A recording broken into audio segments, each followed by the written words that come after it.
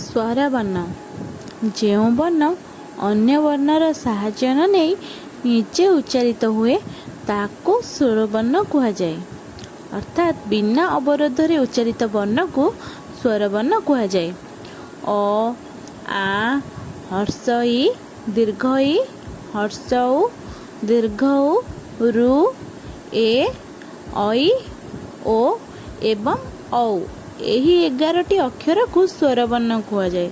ସ୍ୱରବର୍ଣ୍ଣକୁ ଦୁଇ ଭାଗରେ ବିଭକ୍ତ କରାଯାଇଛି, ଯଥା ହର୍ଷସ୍ୱର ଏବଂ ଦୀର୍ଘସ୍ୱର।